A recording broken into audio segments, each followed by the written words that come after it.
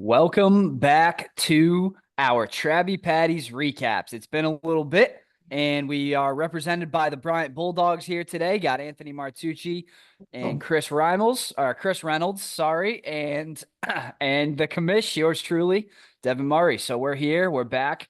Gonna do a quick little week 9 recap and kind of talk about the league as a whole. And we might even give a little bit of mid-season predictions. We're a little bit past halfway through the fantasy football season.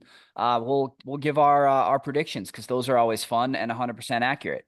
It was a crazy week 9, and we had a lot of extremely close games that came all the way down to, sorry, Chris, the last play of the Monday night games.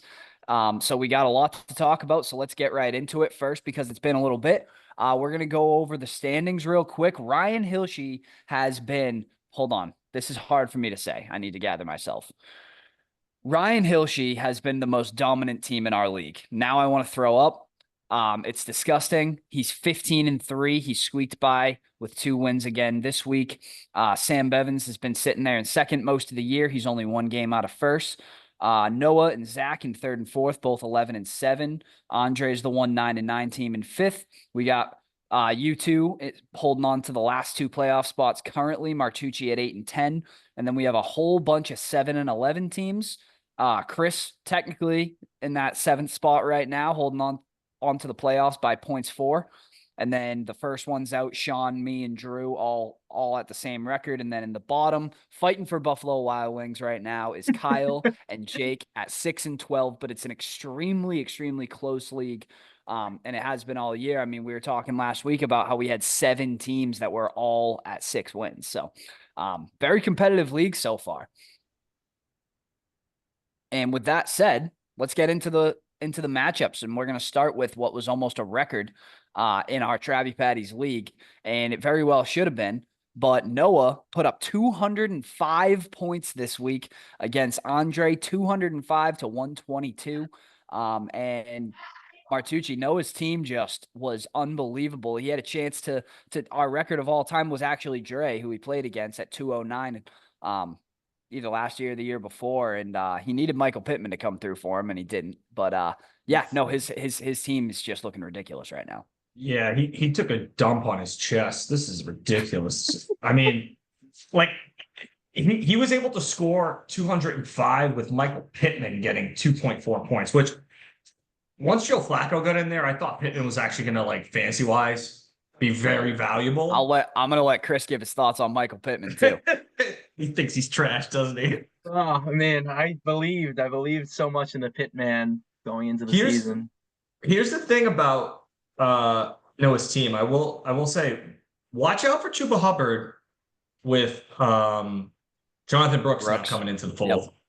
Yep. That could be concerning. I mean, he still has Najee on the bench, but you know, that could be concerning. But overall, I mean, he had a really good week. Obviously, Mooney's been a super reliable fantasy option, which you wouldn't have expected at the beginning of the season, and his running backs have kind of carried him all year. Like best duo in the league easily for running backs. Barkley, Kamara, crazy. Barkley and Kamara have carried him, and Joe Burrow has really been one of the best quarterbacks all year too. He's the 5th-rated quarterback right now, and they started slow, but he, you know, just his big games have been, you know, week winners. And this one was right up there too, as he put up 39. Garrett Wilson started him off on Thursday with 30 points. So it seems, you know, like Garrett Wilson might even be. Should be 24 though. Or 23. Wasn't a catch. Should be 23 points. Wasn't a catch. Yeah, well, I think he got his shin down, but either way. Reward that play. That's yeah. Look at that play, and even if he was out, you say that's a catch. But I mean, Wilson could be benefiting now with Devontae Adams there instead of getting hurt by it, which obviously makes Noah's team really scary, and he's getting by with Hunter Henry. So, yeah, his team right now is, you know, 11-7. It feels like his record should honestly be better than that, the way he's been scoring points. Say Joe Burrow. We'll kind of get into our midseason predictions, but Joe Burrow, I think, is going to lead the league in touchdown passes by the end of the year. And with the way we do fantasy, with 6 points per touchdown pass, Joe Burrow's going to be a top 5 quarterback in our league, probably. I mean, let's see right now. I mean, He's 5 right now. Well, there you go. And that's with some bad games and with a slow start from Cincinnati and a slow start from Jamar Chase. So. And then Andre on the other side, I mean, his teams looked really good too. He went 0-2 this week to drop to 500 and fifth place, but he had no chance this week no matter what happened. That was unfortunate, and he just missed out on the median as well. But Josh Thanks, Allen with Todd Bowles. 28. Shout out Todd Bowles. That's right. It was Todd Bowles. And he did it, while losing AJ Brown. His Andre's team is pretty scary too, I think. I mean, Brock Bowers has been the best tight end to have in the entire league. Yeah, I think the thing with him, he's got to have AJ Brown be healthy though. I mean, AJ Brown's a beast, right? Jonathan Taylor, Breece Hall is a great 1-2 punch at running back with Josh Allen at quarterback. Like the issue is Keon Coleman's a up and down guy. Eckler had a great week, but Brian Robinson was out. So what happens when he comes back into the fold? So it's a good team. Like, and I think a lot of what you're going to see through all that, like, there's a reason why we're all kind of bunched together. I don't think anyone has like a totally crap team in this league. You know what I mean? It's not like that. Right. I agree. And I'm going to give little preview. I'm going to give my thoughts on Andre a little bit later in the show. So, we will move on to our matchups now. We're going to go to one of the more unfortunate ways to lose on Monday night. It was a tight one. It was a high scoring game. Very close. Zach took down Chris 147 to 141. And if you were up during the Monday night game, you know how that went down, and it was very unfortunate. Now, I know one person who was not up for the Monday night game to see this was Zach, who was fast asleep and found out when he woke up, which is unfortunate because he, that was one of the more exciting wins you could possibly get, but nothing's getting in the way of that guy's sleep. I'll promise you that. So, but he came through where it was, down to Kareem Hunt versus your man, DeAndre Hopkins, who absolutely smashed for you 28.6 points. But big Kareem trade. That's right. But Kareem Hunt getting the touchdown at the end in overtime. And that's what did it. Yeah, it was tough to watch, but shout out Todd. I feel like we're gonna say this a lot. This matchup, all the matchups. Shout out Todd Bowles, one way or the other. Just shout out Todd Bowles. I mean Gino, Devon. I mean, that was really. I mean, so talking about Todd Bowles, everything was set up for you at the end of regulation. I mean, you had the game won. And if Todd Bowles playing on the road in Kansas City goes for 2 instead of kicking the extra point to send it into overtime, you have this wrapped up, and there's a bunch of fantasy implications of what happened in overtime, especially with Kareem Hunt. So yeah, we'll see. Big happy about the trade. Big trade. We with DeAndre Hopkins 28 points versus Michael Pittman's 1. So that's a pretty big swing, I'd say, for a trade. No, I'm pretty happy. He's also favorite player, so. That's right. We'll see what happens. Your guys, it was Josh Gordon and DeAndre Hopkins. You like those old washed wide receivers, but he didn't look very washed now with Patrick Mahomes, so that could be huge for you. No, yep. And they're going to target him a lot in the red zone. Yep. I think he's could be a touchdown machine. So good trade, Chris. Thank you. And the thing with Zach, I'm looking at his team, like, as long as Pollard's out, as long as Pacheco's out, having Kareem Hunt in the flex, and then he's got, Nico Collins coming back, and then he could put George Kittle back at tight end. Like, his team's pretty scary. And you don't look at Geno Smith and be like, oh, that's, you might say that's a flawed quarterback, but Geno Smith is a 7th ranked quarterback in fantasy right now. You gotta shout out Zach's move there, trading Lamar away and disbelieving in Anthony Richardson. I remember him drafting Richardson at some point, and then he was like, "Who do you want, Lamar or Richardson?" I was like, "I have zero faith in Richardson," and I was right. Thank God. Shout out to him for making for believing, like, you know what I mean, like, trade away Lamar, get some great pieces in return to then start Geno over, and then also recognize Richardson stinking. Yeah. So shout out Zach. Who no one would have guessed at the start of the year when he had Lamar, and what is going on back there? Me? I don't Yeah, know. I think you. so. I You think hear shit? That mic picks up everything. I'll tell you that Oh right no. now. Oh it is no. That's what I effective. thought I was wearing their headset. No, but if you said going into the year that he was gonna go Richardson and Lamar and end up with Geno Smith putting up solid production for him, I mean, but yeah, you got a lot of good players in return, and his team's really scary as well, and that's with Jalen Waddle being about as disappointing as he could possibly be. 2 for -4 and a touchdown is one of my favorite lines of all time. With the minus 23-yard reception there at the end of the game that really cost him. But even before that, he only had 27 yards. Like it was Right. so Yeah, Also, Waddle's that's I'll really say huge. disappointing. Man. Nico I'll say this Collins is about Jalen back for Waddle. him too. And then I saw the Pacheco's extended out to the late November. So getting Collins back this week and Hunt extended. So Yep. Yeah, I will say that you know, Jalen Waddle, as a Jalen Waddle guy and a believer, I'm kind of stuck with him in my dynasty league. I think he could turn it around towards the end of the year. I mean, he really hasn't had two all year, and for whatever reason, he seems a little off. But so is Tyreek, and I think the two of them are going to catch up and be a lot more reliable. I don't know if they'll be elite fantasy options, but they'll be a lot more reliable going towards the end of the year. Chris sure hopes so with Tua. So, and I sure hope so with Tyreek. And hopefully. we'll move on to Yeah. Martucci's matchup. Another really, really close one. Went down in the last game as well. 124 to 120 loss to Drew, who is avidly checking his lineup in Germany and decided, maybe there's a chance that Stephon Diggs gets taken off of IR, gets in the game. Maybe they post him up in the end zone or something. And unfortunately, that didn't quite work out for him. But despite that not working out, he still put up 124 in a solid week, which was pretty impressive considering Caleb Williams only had 9, and just the whole, bottom half of his lineup with Reed, Kelsey was unbelievable on Monday night, finally for Drew. McLaurin, 2 catches for 19 yards, 2 touchdowns. So he was solid. Terry. And Cortland Sutton he's hitting his peak at 29 years old, which is with Bo Nix. So man, he threw for more touchdowns than Caleb Williams. I mean, good for him. He did throw for more touchdowns than Drew's quarterback. Yeah. I mean, shout out him. I mean, shout out Todd Bowles in this matchup again. Can't, he's going to get CMC back this week. I got royally screwed because freaking Puka Nacua decided to punch a dude first quarter, get ejected. Yeah. Chris Olave decided to die on the field in the first quarter. And Caleb Williams hates. Yeah. Sorry. Cole Kmet.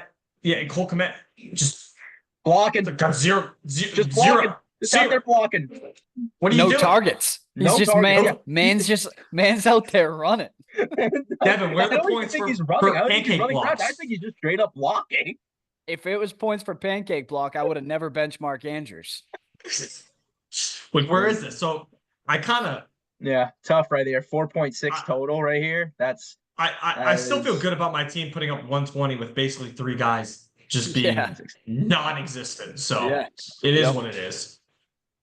Chase Brown with 26. Zach Moss looks like he's going to be out for the year. They just traded for Khalil Herbert, but Chase Brown's their guy. I mean, that's a solid between him and Jahmyr Gibbs, who 14's a down game for Jahmyr Gibbs. So those top 3 right there, they give you a solid chance any week.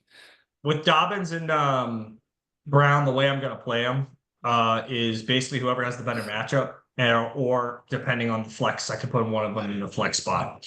Like this week, Chris Olave's out because again he died on the field. So I'm gonna need someone to put in there at flex. So I'll probably start both of them. Yeah, Dobbins on your bench with 24 too. Dobbins has been great. So I just realized you benched Kyle Pitts for Cole Kmet. What was the? I mean, don't get me wrong, 2.1 ain't that much more better, but what was the thinking behind that? Well, I just figured Kyle Pitts had a great game last week, and I was like, I know what he's gonna do this week. You were right. And you still made the wrong decision. I was right. I was feeling good when he got only 2 points. I was like, oh, I nailed this. And then all of a sudden, Cool was like, nah, watch me. Give me the ball. Funny. He made it worse. Now, let me ask you, how do you feel with George Pickens there on your bench about Mike Williams getting traded over to the Steelers? Not worried. I don't think Mike Williams is that much of a threat to George Pickens. Yeah. If anything, like, he's still not a really great second option. I think realistically, Pickens with Russell Wilson he's going to be a lot better, right? He's already been targeted in the red zone so much more with Russell Wilson. So he's like their number one red zone target, I feel like, for a receiving option. So if the dude can just learn how to get 2 feet down, you know what I mean, in the end zone. But now, I think one final thing for Martucci's team is I think what any kind, decent human being would do is after, Dak goes down with an injury right after we make a trade, I think it's probably fair to just reverse that one, and I'll just take Kirk Cousins back. I think that's probably the right thing to do. No, sir. Yeah, that was unfortunate. So, calling my shot with Dak, but based on the schedule at the end of the year, and the Cowboys picked it up at the end of last year, I really think that they're going to focus on throwing the ball, and so that was kind of me calling my shot, saying I don't know if Kirk keeps this up all year, and I do think Dak will pick it up. And then he immediately goes out and gets hurt, and he's going to be probably on IR. So right back to Kyler Murray. Funny story quickly. When Devon messaged me about wanting Dak Prescott, I was like, why does he even want Dak Prescott? First off, we were trying to do something more interesting for a trade, and I was like, kind of like Kirk Cousins better. I was like, you want to just do Kirk Cousins for Dak Prescott straight up? I know it's a lame trade, but do you want to do it? He's like, yeah, sure. You knew. You guys knew. We'll go on to my matchup. I scored the least points of the three of us, and I got the win. I've kind of taken over the role of Chris from years past, where every one of my games is the 2 lowest scoring teams in the entire league. Sometimes I win, sometimes I don't. I never get the median. I actually might look that up after this. How many times? Because I don't think I've gotten the median more than like twice. It has been rough. A lot of things going wrong. It's funny because I still feel optimistic about my team despite my low points for being dead last. And so many unfortunate things have happened this year with a lot. Like Jacobs has been solid, but then with these receivers, I mean, Tyreek has Tua go down for a large portion of the season. Tyreek is even someone who's one of the best wide receivers in the league couldn't do anything with the quarterbacks that they had. Devontae Adams sits out and then gets traded. So I'm now optimistic about him, and he finally came through and had a big game, but I went a while without getting anything from Devontae Adams because of that whole situation. Malik Neighbors has been one of the best picks in the draft, I believe, but he goes down, had a concussion that kept him out for 2 or 3 weeks. So I didn't have him for a little while, and Calvin Ridley's been all over the place. And Mark Andrews, too, who went down with, 2 weeks of just being a left tackle. And then all of a sudden he's looking pretty good again. So I'm still optimistic, even though my team scores no points every single week. Keep coping, Devon. Just keep coping. Tell yourself what you need to sleep at night. I understand. One of my biggest concerns is quarterback. It's Kyler, who doesn't look nearly as good with Marvin Harrison as I was hoping for when I drafted him this year, is not really running that much. And the Cardinals are leaning completely on James Conner. So I didn't expect that from him. What do you like? But I think Josh Jacobs is still a very valuable running back. Like, do you feel pretty good about your running backs? I do because, I obviously went wide receiver heavy this year. I took Josh Jacobs up top and then kind of figured I'm going to play it by ear on the rest of my running backs. I liked Mostert. So I feel good, not great about my running backs. I think Jacobs has been super, super efficient and gets a ton of touches. Hasn't really had the touchdowns go his way. The only game that he did have the touchdowns fall in his favor, he was the running back 3 on the week. So he's got a high floor. He's been great. I feel great about having Jacobs. And between Mostert, Dowdle, who I should have played last week and didn't, between those two, and even Warren hasn't been great, but between Mostert and Dowdle, I feel like I can play matchups, and those are guys getting a lot of touches. So I feel okay about it. The part of my team that needs to work though is like my receivers need to be dominant. That's what needs to happen if I'm going to win anything. So need to see more from Tyreek. He's been so far not a good third overall pick. And on Kyle's side, he falls to 6-12. He's in 11th. Derrick Henry has been one of the best picks of the entire draft. He had another phenomenal week with 26. But I just talked about Marvin Harrison. You were showing him there. I mean, Marvin Harrison and Trey McBride, who managed to get a rushing touchdown, which was part of the reason, thank goodness, I benched Kyler, even though Dak didn't have a good game either. But he stole a rushing touchdown on the goal line. And that saved his day to get 12 points. But Marvin Harrison really has been disappointing for Kyle. Only 2 catches for 34 yards and a fumble. Yeah, Joe Mixon. Receivers giveth and taketh away. Yeah. Joe Mixon, Derrick Henry, when they're both like, I know Joe Mixon's been hurt a lot of the year. Like, I think that's a great 1-2 punch at running back. Yep. But, Brian Thomas is a rookie, can be inconsistent. Marvin Harrison's a rookie, can be inconsistent. Trey McBride, for whatever reason, hasn't been that great. And then I think he's been pretty good. Well, not for his standards. I mean, wasn't he the tight end 1 taken off the board in most drafts?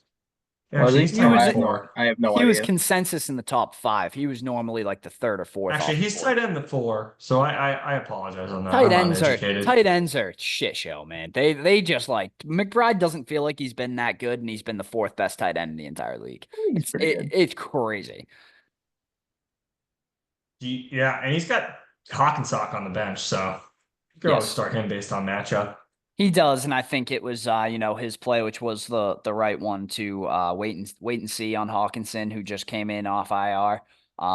But if Hawkinson gets going for the best team since the 2008 Patriots, the Minnesota Vikings, and Sam Darnold, if Hawkinson can get into that mix, that could be really good for him. And Darnold put up 25 for Kyle, who in that Sunday night game, I went to bed. Darnold had like 3 points. It was deep into the first half. I'm feeling pretty good. I'm like, all right, I'm sure he'll put up some points in the second half, but hopefully it's closer to like a 14, 15 point performance. Darnold ends up with 25. So, I mean, he's been solid for him, and he decided to play him over CJ Stroud, which is another crazy statement to hear back in August. But, right. Yeah.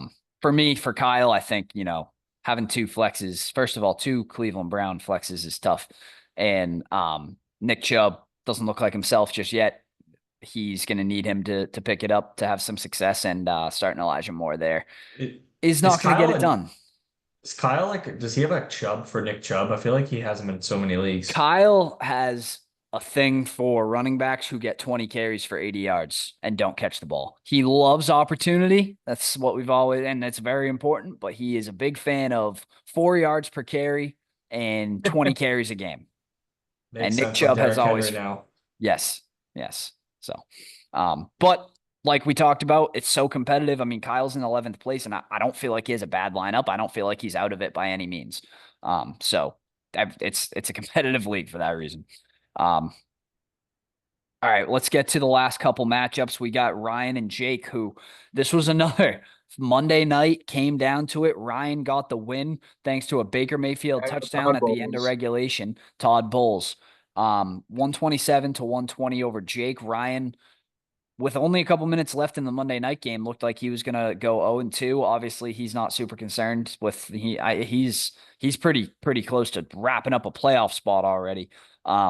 But he obviously wants to try to hang on to that 1 seed, especially this year where, reminder, only 1 team is getting a first round bye with 7 playoff teams. So that's a big battle going on right now between him and Sam. So, but that was huge for that first overall seed, because, he very easily could have gone 0-2 this week. And then the performance by Baker there at the end got him the 2-0, got him the median and the win over Jake. I can't believe how good Ryan's been. How do you think Jake's feeling about starting Williams and Etienne over Jackson Smith and Jigba? I think it's so bad because Jake, if you know him and talk, because I have JSN in Dynasty, I've talked to Jake about him a lot. There might not be a bigger JSN fan on the planet than Jake. He loves Why didn't he, everything when about DK was JSN, out? Why wouldn't and he start him? he still didn't play him. Yeah, I mean, we asked him in the chat. Let's see here. Oh God. That's a dangerous thing scrolling through that chat when we're putting this up on YouTube. Yeah, please, please. I don't want to get canceled then. Said you enjoyed Patrick something last Mahomes on the night. bench too. We go. But he's got Jay ETN Daniels. wasn't ruled healthy until after the 1 o'clock game, so I had to pick between JSN or ETN. Thought ETN had a higher ceiling, but I was wrong. That's Yeah, That you I were, think what's Jake, gonna and it cost you the matchup. yeah. I think what's gonna kill Jake is his running backs. Yeah, leaning on Stevenson, who had a good game, but ETN has been See, one of the more disappointing picks too. Yeah, I don't think running backs are a strong suit, and he started 4 running backs. Four So running backs in the full PPR. That was tough. And Jake's a great fantasy guy. I think Jake's really good at fantasy, but maybe not the best week for him. that statement shows that you've only played him in Dynasty and you haven't seen him in redraft for the last 15 Okay, years. That's all I'll say. got it. So he sucks at fantasy. Got it. Okay. Jake's one of we got the original 6 that started this league back in 2010. Jake's one of them. And if you'll notice, his name's not on the trophy. So got it. Oh boy. had to throw that one in there. But yeah, and then on Ryan's side, I mean, I just can't believe how good he is. It's really upsetting, and I don't really want to talk about it more. Anything else on Ryan? I wrote down everyone did good, just better than Jake. Like if you look, everyone just did better than Jake. Like that's all. That's all I said. Like, everyone just did fine. I don't know. There's no complaints. It was a down week, and he still went 2-0. So yeah. We'll see who's got Ryan in their end of season predictions here. And then the last matchup of week 9 was Sam and Sean. Sam got the win 165 to 124. Sam, like Ryan, has been one of the most dominant teams all year. He sits in second place right now. And he got the win where Sean just barely got the median by decimals. So he at least he at least goes 1-1 on the week. But Sam's team is one that obviously needs to be talked about as well. Jalen Hurts playing great right now, and Sam's wide receivers getting Cooper Kupp back. To have him, Amon-Ra St. Brown, Ingram's been a good tight end, but also the connection between Hurts and Devontae Smith. He picked up and is playing Cedric Tillman, who's been the best option on the Browns. Sam has a scary team, and Sam's another one that's been in it the whole time that hasn't won yet. So he's got a legit chance here, I think. But here's the thing with Sam. Keep in mind, he's been able to start Jordan Mason most of the year, who's been great, and now that's not an option for him. So I think Swift can get him points as a set RB2. Technically, he's going to have to be his RB1. Who's he putting in that second RB spot? Because Zach Moss. You said Zach Moss is out for the year? Zach Moss is out for the year. Yep. I wrote that down in my takeaway from Sam. It's who is his RB2? And Tyron Tracy has taken over that backfield. Like Singletary's not the lead back there. Like he's gonna have a tough spot for that RB2. And I don't even know, like, again, it's not gonna be a problem when the playoffs come and he's basically secured a playoff spot, but like he's gonna have bye weeks in here where his running backs he's starting are not gonna be great, right? If the Bears get their bye week yet. To me, if Sam can figure out a waiver wire, like, because end of the year, there's always gonna be waiver wire running backs or a starter's gonna go down. And if he can piece together that second running back, because I think Swift is going to be locked in for him. Yeah. If he can piece that together to go with the receivers that he's been playing, he's going to be scary. But you're right. That is a major. I mean, literally Zach Charbonnet is his second best running back right now. So the good news is Swift has already hit his bye week, so it's not like he's going to be stuck with maybe 2 questionable things at running back. He's only going to have that 1 question at running back. So he should probably trade for someone, but that's just my opinion. He very well might. And then Sean, who spent a lot of the year down at the bottom talking about Buffalo Wild Wings, getting ready for it. Sean's been one of the hottest, I think probably, besides Ryan, who's 15-3, Sean's been the hottest team in the league over the last, 6-ish weeks because he started real slow. he lost this week. If he had not lost this week, I want to say this would have been 8 consecutive wins. No, not 8. Oh, wow. A lot of maybe 6 consecutive wins. Right. He's been on fire lately. And he's another one kind of like I was talking about, where even when he was down at the bottom, hadn't won a game yet, he was like, it sounds crazy because my record's the worst in the league and has been, but I like my team. So he's kind of been holding on, waiting for guys to explode a little bit. So, and he's been putting up decent points lately. Yeah, I mean, look got at T. injuries. Higgins, Brian Robinson, both out just this week, and obviously I remember Keenan Allen being out. Kenneth CeeDee Walker Lamb was was out. out a few weeks, right? Yep. Yeah, Kenneth These Walker two was out a running couple backs. weeks. Yeah, Walker was out a few weeks, So what I said was everyone's team did fine, better than Devon. That was my takeaway from his lap, and he'll get there. I think that they'll come. It'll be better. He could really use somebody like DeAndre Hopkins. I mean, that really would be.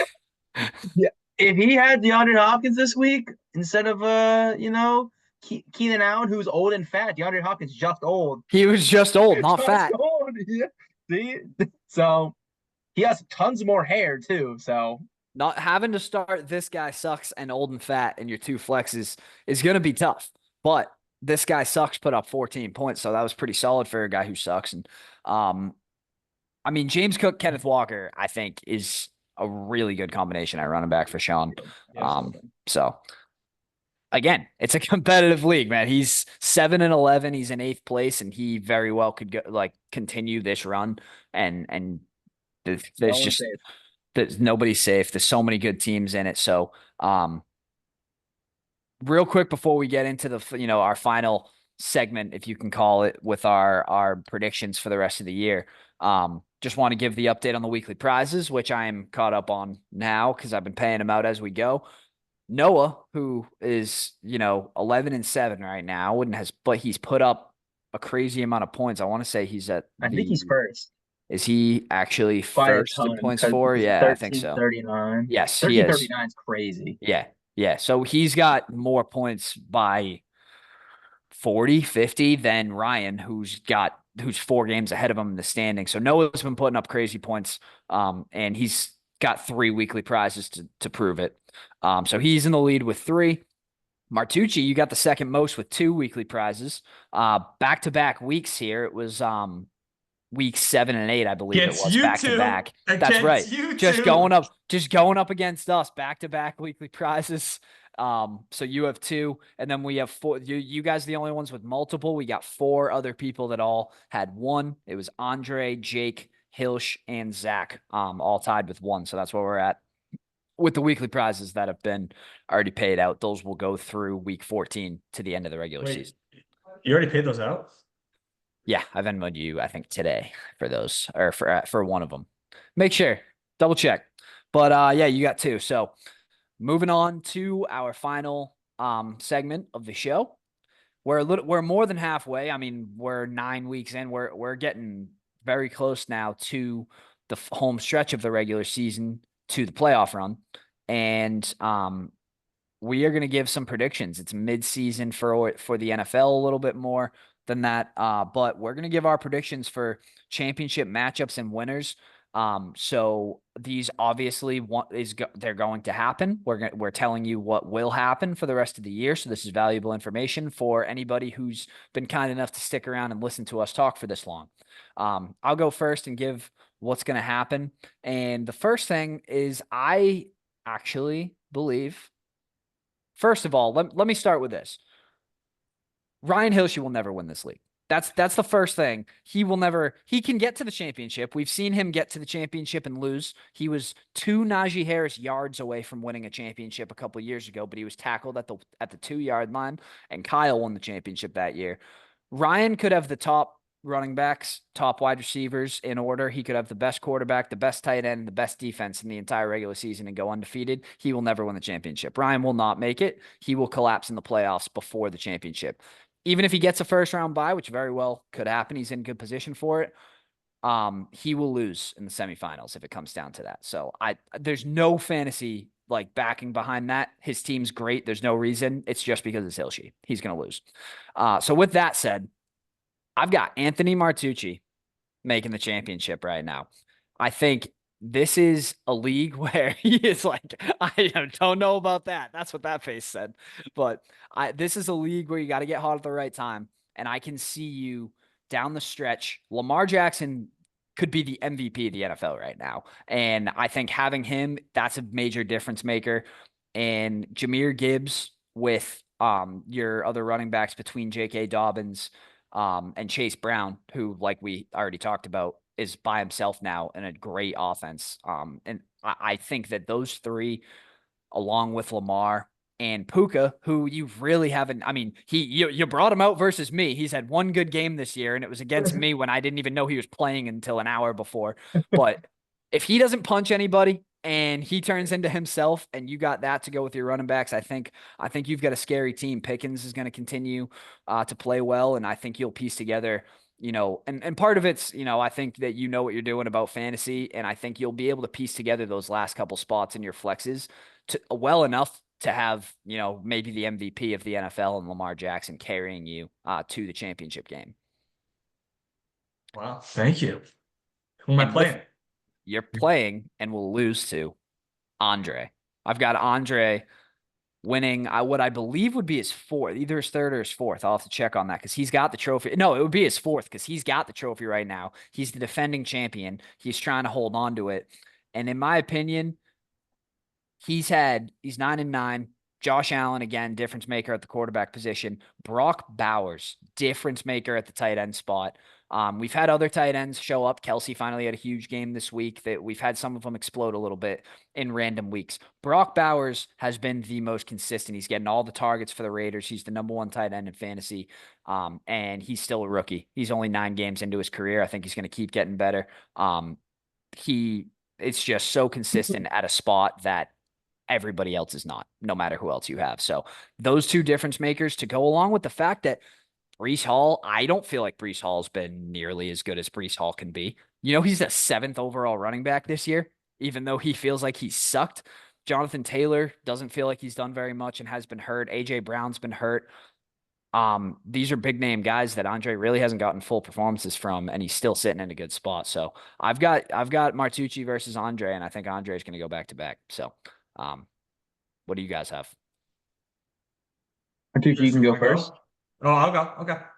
I didn't want to pick myself, but I do like my team. And just to quickly, the way I built my team and the reason I traded away Breece Hall is with the 2 flexes, I wanted to have really good options at every position, in the 2 flexes. So ideal lineup, right, is Gibbs and Chase Brown or J.K. Dobbins. Tank Dell, who I think with Stephon Diggs out is going to have a great end to the season. Puka. George Pickens in there, and then also Chris Olave, who, he died on the field, but he's going to come back, and he's the only option in that Saints offense now with Shaheed out. That's Derek a crazy butt. He died, but he's going to come back. And then I have Lad McConkey and Shakir if I need to start them. So I feel good about my team, but I have Noah. I think Mooney is just he's one of those he has one of those teams wow, his running backs are good. Maybe his wide receivers aren't that great, but then you look Mooney's been good. If you get past the name of he's not a top guy, he's a great fantasy option. Garrett Wilson, I think he could have some bad weeks in there, but I think he's good enough to be better consistency. And I actually think Devontae Adams actually has helped him. Yeah. Mooney's the wide receiver 12 on the season, by the way, to make that point. Yeah. Najee Harris has had I got rid of him, but he's had an okay year. And Pittman, I think he could be better. Worthy could catch down the stretch. I just think Kamara and Barkley going to carry him with Joe Burrow. Part of my reasoning of not taking Noah, and it's probably a bad way of thinking, I don't know if Kamara is holding up all year. That's I don't know if it's just in my brain if I have an anti-Kamara thing, but at 29, the amount of touches he's getting on such a terrible team right now, and they're going to keep giving him more touches because they got no one else to give the ball to. I'll be curious to see if he holds up all year. If he does, Noah's going to be tough to beat. And I want to also say, Zach, I really like his team, but I think come playoff time, once he loses Hunt, that's going to hurt. You know what I mean? In that lineup. But I think Zach's really good. But I'm also going to pick Dre. to go in the finals. I think if he can, like, his players can get healthy, AJ Brown, Debo coming back, Cade Otton's been I didn't the even man. mention. I didn't even mention Debo talking about Andre. Yeah. I don't love Addison, but Montgomery's pretty consistent. Like, he's gonna get a touchdown almost every game, right? So he's getting at least 6 points. Like Brock Bowers, his two running like tight ends are great. And Coleman, who knows if he can catch fire at the end. I really like him. I am gonna pick Noah to win. I just think that his running backs are gonna put up like 20 points each every week. Like, it's crazy. And at 40 points from two positions with Joe Burrow getting you at least 20, that's 60 points, right? And then he just needs the other guys not to completely suck, get like 10 to 15 points, right? And he's pretty good. So I do like Noah's team to win. Historically speaking, you Yeah. have picked the two best teams that you can take, because Noah and Andre are both the only two teams in our league's history with 3 championships. So Noah's won 3, and Andre tied him with his 3rd last year. They've been the two most. How long have you had this league going for? This is year 15. So, wow. This is Andre and Noah in Trabbie Patties are like. How many have you won?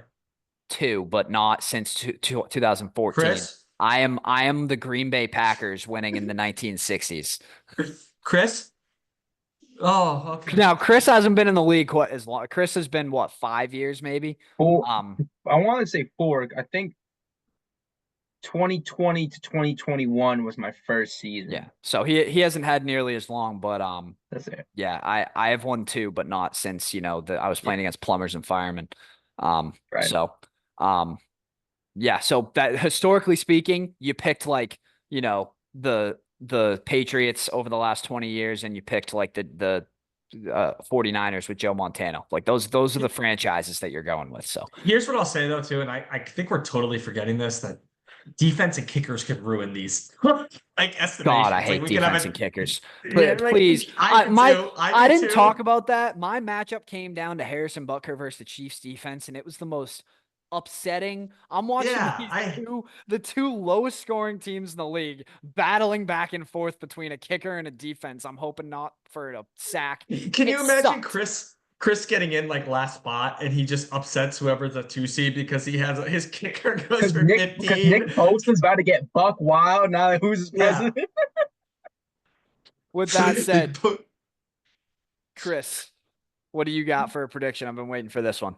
Fun fact. I have nothing to say. Martucci, I have Noah Dre as the same thing. But luckily, I went one step further, and I went and said, all right, I also, purely based on what names I want to see in that trophy, I have Noah as well. I also have Sean in there. I want Sean to get his name on that trophy.